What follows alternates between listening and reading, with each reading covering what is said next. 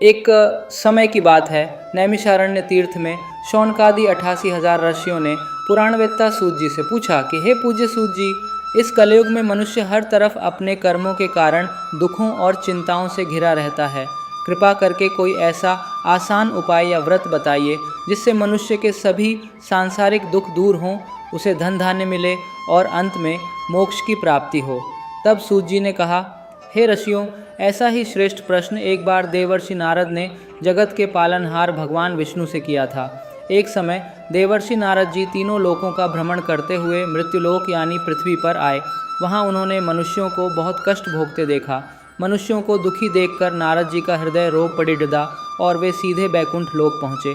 वहाँ उन्होंने 4 भुजाओं वाले, हाथों में शंख चक्र गदा और पद्म धारण किए हुए श्रीनारायण भगवान के दर्शन किए और हाथ जोड़कर भावुक स्वर में बोले, हे लक्ष्मीपति, पृथ्वी लोक में रहने वाले सभी मनुष्य अपने अपने पाप पुण्य कर्मों के कारण अनेक प्रकार के दुखों से तड़प रहे हैं।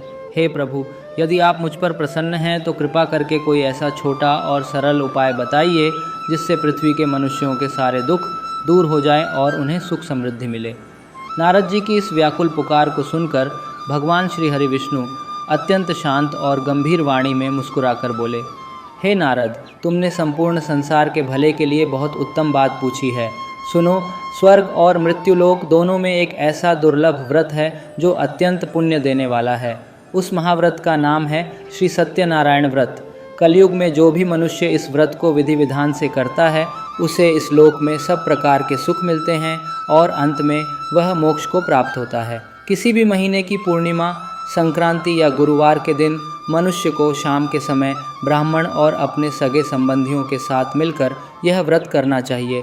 1.25 पाव घी, चीनी, गेहूं का शुद्ध आटा, गाय का दूध और पके हुए केले को मिलाकर प्रसाद तैयार करें। भगवान को भोग लगाएं, कथा सुनें और कीर्तन करें। जो मनुष्य इस प्रकार श्रद्धा से व्रत और पूजन करता है उसकी सभी मनोकामनाएं मैं निश्चित रूप से पूरी करता हूँ।